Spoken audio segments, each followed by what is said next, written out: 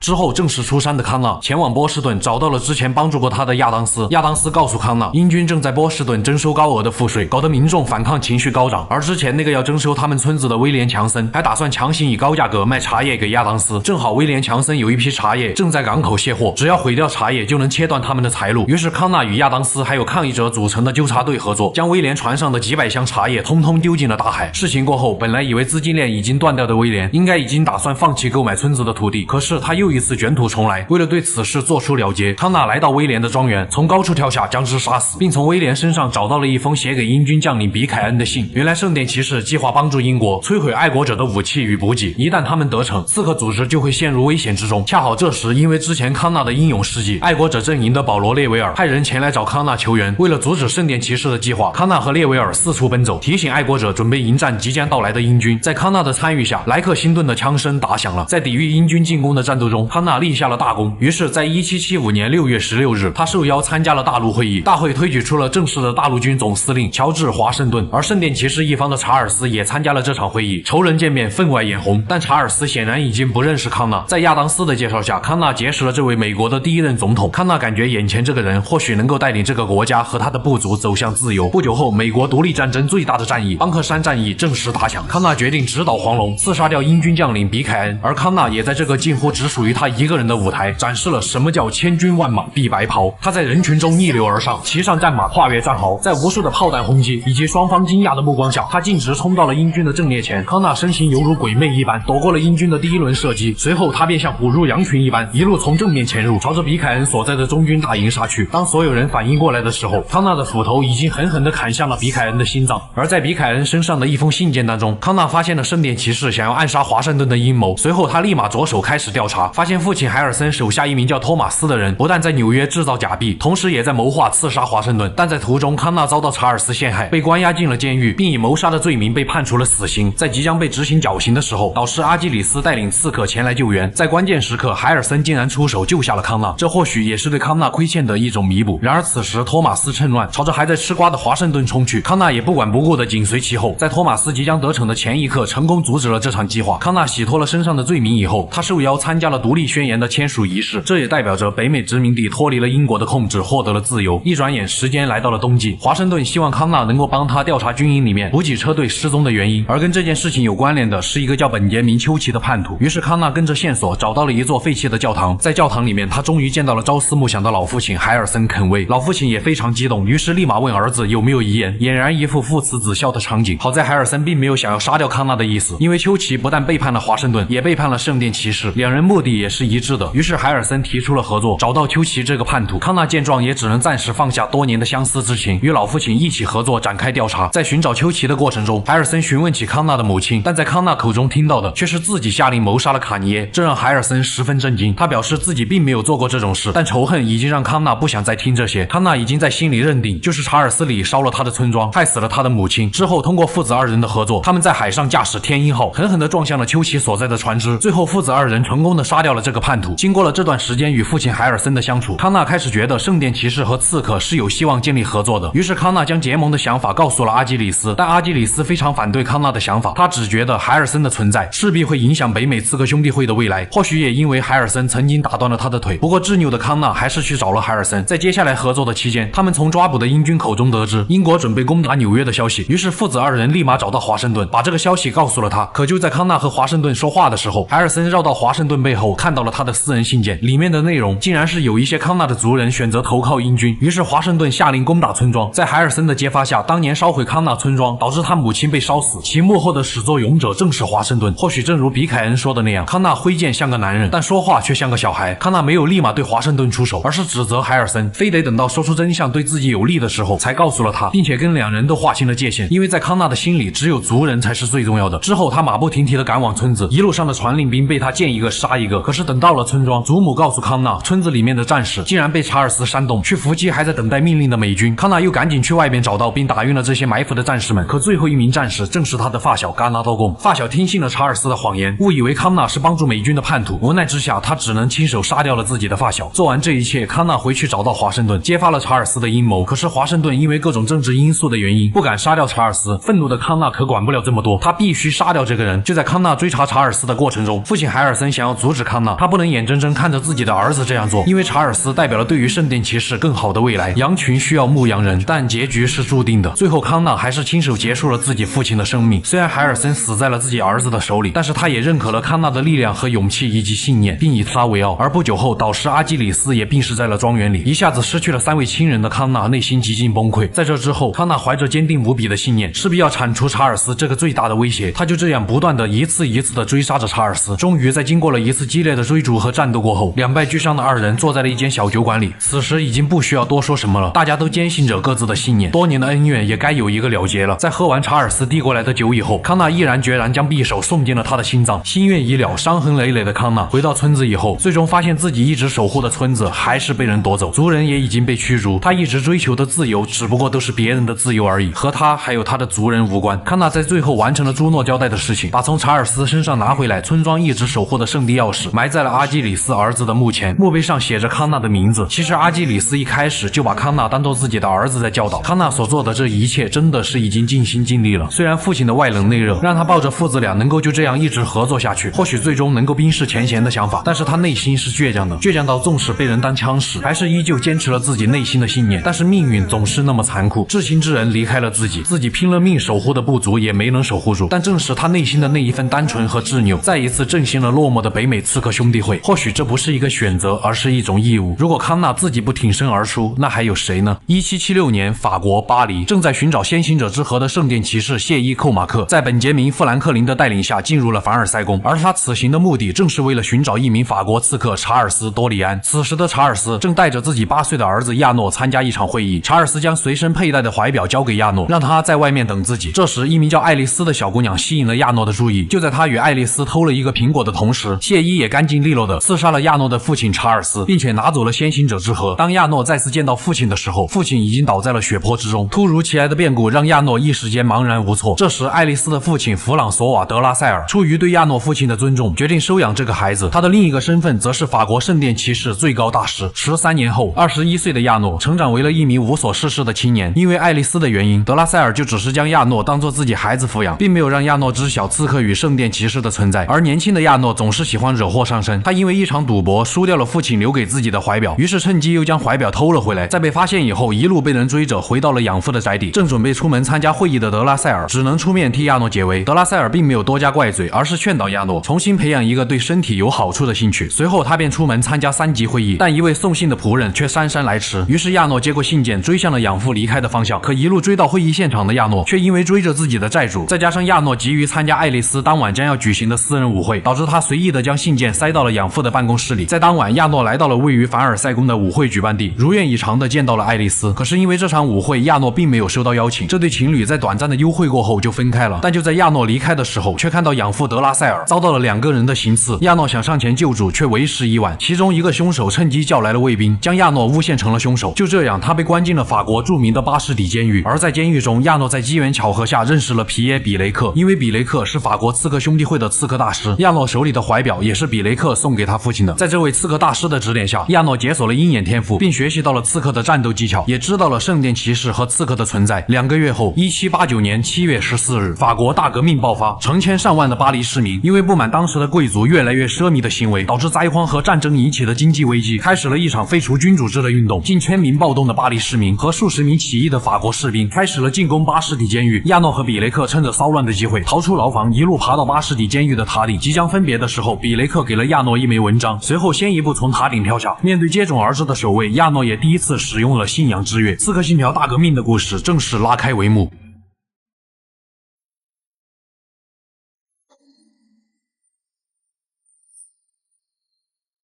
成功逃狱后，亚诺找到了爱丽丝。可出乎意料的是，爱丽丝不但知道自己的父亲是一名圣殿骑士，她自己也早就是圣殿骑士的一员。爱丽丝相信亚诺不是凶手，但因为亚诺将可以挽救德拉塞尔的信件随意的塞进了他的办公室里，导致毫无防备的父亲被杀，目的只是为了来参加自己的舞会。这种行为也让爱丽丝失望不已。为了能够找出杀死养父的凶手，怀着深深负罪感的亚诺决定前去寻求刺客兄弟会的帮助。他在比雷克送给自己那枚文章的指引下，来到了法国刺客兄弟会的总部，并且顺利的通过了刺客导师米拉波在内的刺客议会的考验，成功加入刺客兄弟会。亚诺也正式踏上了寻找凶手的自我救赎之路。经过1年的训练，亚诺成为了一名合格的刺客，也了解到刺客和圣殿骑士之间因为面对越来越复杂的世界格局，双方都各自发展出了主和派与主战派。现在的刺客导师米拉波正是属于主和派的一员，而养父德拉塞尔也是圣殿骑士方的主和派，两人在私下也是私交甚好。于是米拉波准许亚诺调查杀死德拉塞尔的真凶。在之后的调查中，亚诺找出了当晚行凶的2个凶手，一个是圣殿骑士主战派西维特，一个是法国丐帮帮主乞丐之王。在亚诺将2人刺杀以后，得知了更多的阴谋。在德拉塞尔遇害的当晚，乞丐之王用一枚特殊的银质胸针刺中了德拉塞尔的颈部，导致他中毒身亡。2个凶手的幕后指使正是交给他们胸针的那个人。期间，亚诺结识了一位叫萨德侯爵的人，因为亚诺刺杀了乞丐之王，萨德侯爵趁此机会抢了他的位置。于是他告诉了亚诺，制作胸针的银匠名叫杰曼。随即亚诺跟着线索找到了杰曼，在杰曼的口中得知，胸针是一名叫拉菲尼耶的圣殿骑士强迫他制作的。在得知这个消息以后，急于求成的亚诺并没有向刺客议会汇报，而是擅自行动刺杀了拉菲尼耶。但随之而来的真相却证实了亚诺这次的行动是多么的鲁莽。原来拉菲尼耶一直对养父德拉塞尔忠心耿耿，他虽然反对与刺客组合，但还是在德拉塞尔遇害前写信告知。也正是那封亚诺没有及时送到的信，亚诺回到总部以后，因为他的擅自行动招来了一众导师们的强烈指责。出于对亚诺的信任，米拉波还是让他继续调查。之后亚诺在偷听圣殿骑士主战派会议的时候，得知了他们打算暗杀最后一位圣殿骑士主和派，正是他深爱的爱丽丝。好在亚诺及时赶到，帮助爱丽丝化解了危机。随后亚诺提出了一个大胆的想法，他决定带着爱丽丝前去寻求刺客兄弟会的帮助。当亚诺带着爱丽丝回到法国刺客兄弟会总部的时候，你能想象康纳带着海尔森回到达文波特庄园的场面吗？对此，亚诺的师傅比雷克有一个不成熟的建议，他建议把爱丽丝的头砍下来，以警告圣殿骑士，因为比雷克正是刺客的主战派。但米拉波觉得或许这是一个能与圣殿骑士合作的机会，于是就让亚诺带着爱丽丝先行离开，他们几个导师进行私下讨论。在这之后，身为主战派的比雷克已经无法忍受被一个主和派的人所领导，再加上徒弟亚诺也反对自己，经历过7年战争，经历过谢伊的背叛，以及圣殿骑士对北美刺客兄弟会的大清洗，比雷克只觉得与圣殿骑士和平共存的行为无疑是把刺客兄弟会推入了深渊。于是他用圣殿骑士专用的毒药谋害了刺客导师米拉波，以此来嫁祸给爱丽丝，好让自己的徒弟能够回心转意。可是他低估了亚诺和爱丽丝的感情，最后被亚诺一路追查到了圣礼拜堂。可是比雷克竟然将枪口对准爱丽丝。纵使他是教导过亚诺的老师，但爱丽丝已经是亚诺在这个世界上最后的亲人了。比雷克这种行为无疑是在找死。亚诺毫不犹豫地将袖剑刺入了比雷克的咽喉之中。做完这一切，亚诺回到刺客总部，告诉了刺客议会真相。而在之前，他和爱丽丝已经查出了刺杀德拉塞尔的幕后主使，正是那个银匠杰曼。他真正的身份其实是圣殿骑士主战派的领袖。尽管亚诺调查到了真相，但因为2位刺客导师的死，刺客议会决定禁止他继续参与和杰曼相关的行动，命令他去完成另一项任务。由于以杰曼为首的圣殿骑士在幕后操纵着法国的革命，正好革命军试图在王宫逮捕法国国王路易16，而米拉波生前和路易16来往的书信将会被幕后的圣殿骑士公之于众，这会对整个法国刺客兄弟会造成毁灭的打击。亚诺必须赶在革命军之前找到并销毁那些信件，而在寻找信件的过程中，他结识了一位气质不凡的法国炮兵少尉，这个人正是法兰西第一帝国的缔造者拿破仑·波拿巴。两人各取所需，亚诺成功烧毁了信件，拿破仑也拿到了疑似装有金苹果的箱子，两人也算是成为患难之交了。1793年1月21日，法国国王路易16的处决现场人山人海，在情绪激动的市民围观以及杰曼的喊话下，国王路易16人头落地。在现场静候多时的亚诺和爱丽丝也准备刺杀杰曼，但杰曼进入了马车，在卫兵的保护下离开。因为担心爱丽丝的安危，亚诺并没有去追杰曼，于是愤怒的爱丽丝指责起了亚诺。可爱丽丝不知道的是，这样的情况无论重复多少次，亚诺也会选择保护她。最后两人只能闹得不欢而散。失落的亚诺回到刺客总部，由于他一再违反命令，刺客议会投票决定将亚诺驱逐出刺客兄弟会。爱情和事业双双失利，于是亚诺度过了借酒消愁的半年，甚至还将父亲留给自己的怀表弄丢。这时爱丽丝出现在了他的面前，归还了亚诺丢失的怀表。亚诺也对爱丽丝说出了自己的心里话，他不想因为无法预料的情况再一次失去爱丽丝这个他最后一位亲人。在宣泄了各自的情感以后，这对情侣终于重归于好，开始继续调查杰曼的去向。他们也终于找到了杰曼的下落，该来的总会来。当亚诺准备刺杀杰曼的时候，杰曼竟然靠着圣殿骑士的资源找到了伊甸圣剑，他利用圣剑的力量转移到了地下密室中。亚诺和爱丽丝一路追杀过去，造成这一切的真凶就在眼前，但圣剑的力量却让他们无法靠近杰曼。爱丽丝不断和杰曼对话，以此来分散他的注意。亚诺则抓住机会找到了杰曼的破绽，将他手里的圣剑击落。可是亚诺却被倒塌的碎石压倒在地，杰曼也在努力的起身重新拿回圣剑。如果是亚诺遇到了保护爱丽丝和追杀仇人之间的两难选择，无论重复多少次，亚诺都会选择保护她。可一心只想复仇的爱丽丝选择了后者。看着爱丽丝即将遭遇生命危险，亚诺爆发出了所有潜能，硬生生推开了碎石，起身朝着爱丽丝飞奔而去。可这短短的25公尺，或许是亚诺这一生走过最长的距离。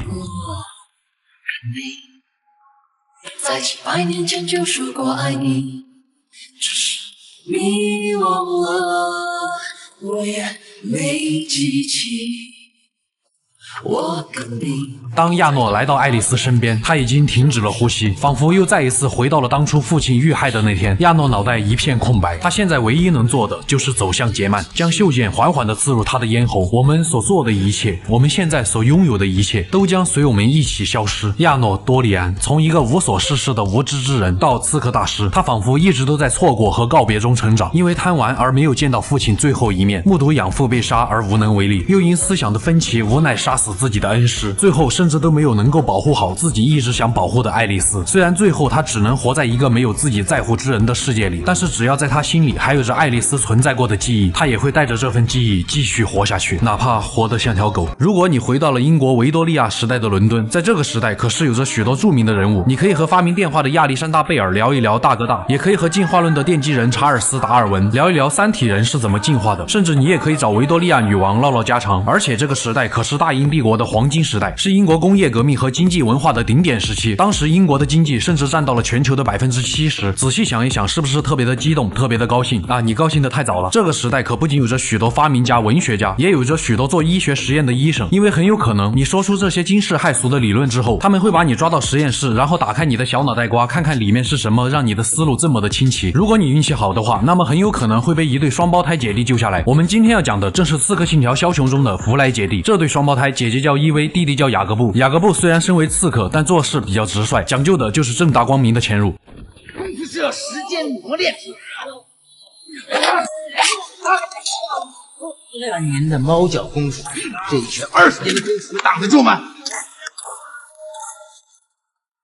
而姐姐伊薇则很好的从父亲那里学到了对于刺客们行事的教导。执行任务通常是先观察以后再行动。1868年，姐弟俩的父亲去世，刺客导师乔治就带上伊薇和雅各布执行任务。姐弟两人都非常漂亮的完成了刺杀任务。不过中途出现了一点小意外，雅各布在杀掉目标逃跑的时候搞翻了一辆火车，而伊薇执行任务的时候所在的实验室也发生爆炸，实验室里面的金苹果也跟着报废了。由于此时的伦敦已经被圣殿骑士完全掌控，刺客们就只能在伦敦附近活动。雅各布早就想去伦敦和圣殿骑士面对一下，但是导师乔治极力劝阻他们一步一步的来，现在还不是时候。年轻气盛的雅各布可管不了这么多，于是怂恿姐姐伊薇，趁着和乔治分开的时候，两人偷偷登上了前往伦敦的火车。伦敦这边虽然被圣殿骑士完全掌控，但也有一个叫亨利·格林的刺客还在坚持。他的父亲是印度刺客大师阿尔巴兹，也是《刺客信条》编年史印度的主角。亨利连着写了3封信问刺客组织在吗，但是却没有任何音讯。恰好这个时候，弗莱姐弟到达了亨利的古董店外，隔着老远，姐弟二人就闻到了亨利身上的咖喱味。短暂的自我介绍之后，亨利也说起了伦敦的现状。现在的伦敦圣殿骑士最高大师是一名叫克劳福德·史塔瑞的人，以史塔瑞为首的圣殿骑士统治着整个伦敦的政治、黑帮、工业，许多平民被他们统治下的黑帮和资本家们剥削着。雅各布听到这个消息乐坏了，他可是一直想要成为一个帮派的老大，名字都想好了，就叫黑鸭帮。于是，在姐弟两人的行动下，雅各布杀掉了圣殿骑士控制下的暴徒帮首领，解放了伦敦的白教堂区。在这期间，两人认识了一位擅长伪装的伦敦警长弗雷德里克·艾伯林。姐弟为艾伯林警长抓获犯罪的人，他给两人提供一些行动上的便利。随后，他们解放了当地工厂受到压迫的童工，小姑娘克拉拉则负责管理这些小孩，以便为弗莱姐弟提供情报。不仅如此，在彻底解放白教堂区的时候，他们得到了曾经暴徒帮首领的火车，作为一个移动的据点。之后，在亨利的介绍下，弗莱姐弟认识了电话的发明者亚历山大·贝尔。贝尔不但帮雅各布修好了从暴徒帮手里缴获的绳索发射器，还另外给伊薇做了个一模一样的。如今他们已经在伦敦扎稳脚跟，接下来就是决定下一步行动的时候了。伊薇想去寻找在伦敦的另一个伊甸碎片，而雅各布只想先搞垮圣殿骑士。姐弟两人就在这件事情上吵了起来。这个时候，亨利出面制止了争吵，可能是他对伊薇一见钟情的原因。于是他让未来小舅子继续调查史塔瑞，他则单独和伊薇一起继续寻找伊甸碎片。之后，伊薇通过从圣殿骑士那里偷到的一本封面是刺客标记的书中查到了一些线索。于是伊薇和亨利前往了爱德华·肯威曾经在伦敦的豪宅。在豪宅的密室里，伊薇发现了一把钥匙，还有关于伊甸碎片的线索。跟着线索的指引，伊薇来到圣保罗大教堂，解开机关之后，找到了可以打开藏有伊甸碎片密室的先行者项链，以及知道了自己正在寻找的伊甸神器名叫裹尸布，只要穿上裹尸布就能瞬间治愈所有的疾病和伤势。但中途伊薇却被突然杀出的圣殿骑士露西抢到了先行者项链。而雅各布这边调查到史塔瑞的手下正在贩卖一种镇痛药，这种药服用以后能够让你提前几十年享受老年痴呆。雅各布一路追踪调查，在精神病院里找到了发明这种药的医生约翰。这个医生不仅发明这种毒药，还对病人做一些残酷的活体实验。于是雅各布装了一回尸体，被送到医生面前的时候也给他来了一针。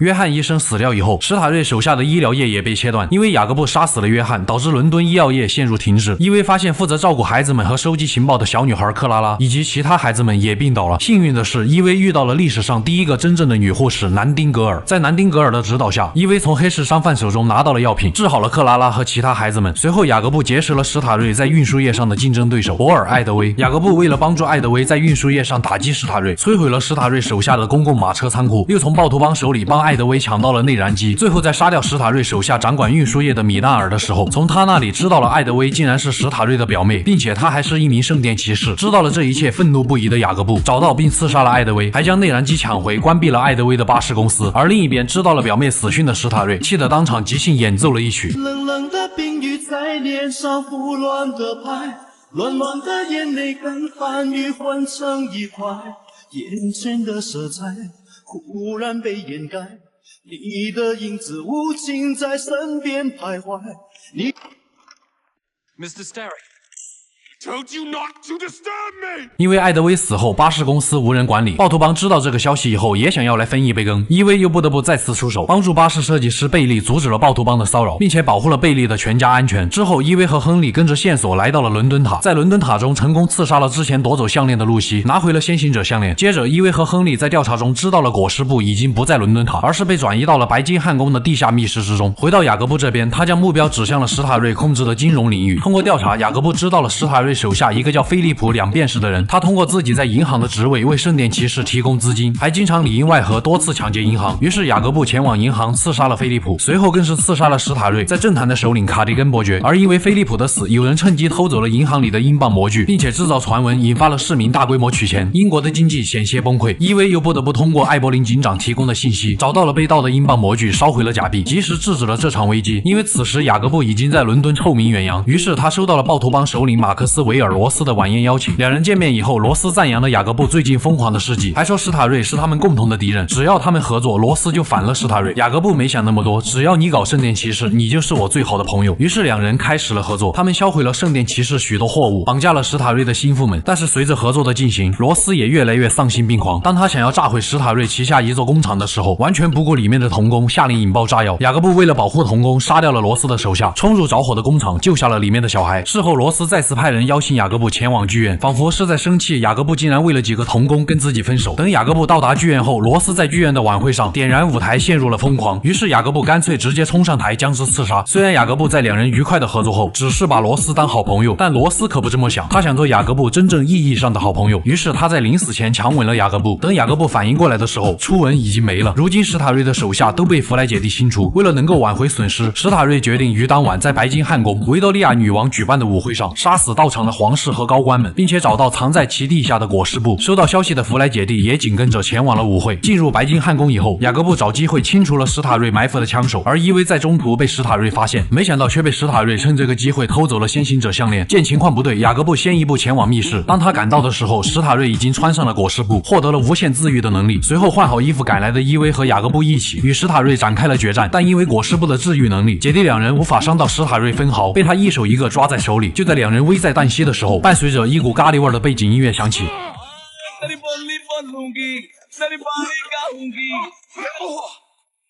还没帅一会儿的亨利被史塔瑞打烂了音响，弗莱姐弟趁此机会直接扒下了史塔瑞身上的裹尸布。没有了神器加持的史塔瑞被姐弟两人的组合袖剑双双刺进身体，当场暴毙。经历了这件事情，姐弟之间的隔阂也随之消除。雅各布将裹尸布放回了原来的地方，伊薇则因为本身就与亨利一见钟情，再加上亨利及时赶来救援，于是两人就这样吻在了一起。之后从密室中出来的三人见到了维多利亚女王，女王通过警长艾伯林知道了三人救了她和其他在场的贵族以后，当场授予了三人英国最高的荣誉勋章嘉德勋章。年仅21岁的伊薇和雅各布超越24岁成为刺客大师的阿泰尔成为了最年轻的刺客大师。英国首都伦敦也进入了20年相对和平的时期，直到那位开膛手杰克的出现。不久后，伊薇和亨利移居到了印度，雅各布则留在了伦敦。20年后，伦敦发生了数起残忍的凶杀案，凶手正是大名鼎鼎的开膛手杰克。于是独自留在伦敦的雅各布对此事展开了调查，但他派出的刺客们无一例外都惨死杰克的手中，直到剩下他最后一人。战斗力强悍的杰克轻松就将雅各布制服，最后雅各布也生死未知。好在提前收到弟弟信的伊薇在不久后赶回了伦敦，但如今这里已经只有他是唯一的刺客了，就连黑鸭帮的控制权也被开膛手杰克掌控。经验丰富的伊薇一路追查线索，终于在雅各布的家中发现了事情的前因后果。原来开膛手杰克是早年雅各布在兰博斯精神病院收养的一个小男孩。杰克加入刺客兄弟会以后，与雅各布一起前往了印度，并学习到印度独有的惊吓战术。但杰克长大以后，开始从另一种极端的角度来审视刺客的信条，并付诸了行动。知晓一切真相的伊薇跟着线索来到了兰博斯精神病院地下的牢房之中，并与杰克展开了决斗。最终更为熟练运用惊吓战术的伊薇杀掉了这位大名鼎鼎的开膛手杰克，在地牢的深处找到了已经被戳瞎一只眼的雅各布。事情过后，他们隐藏了开膛手杰克的真实身份，防止刺客兄弟会的存在暴露。弗莱姐弟的故事也就此完结。我是修边狂魔，咱们下期再见。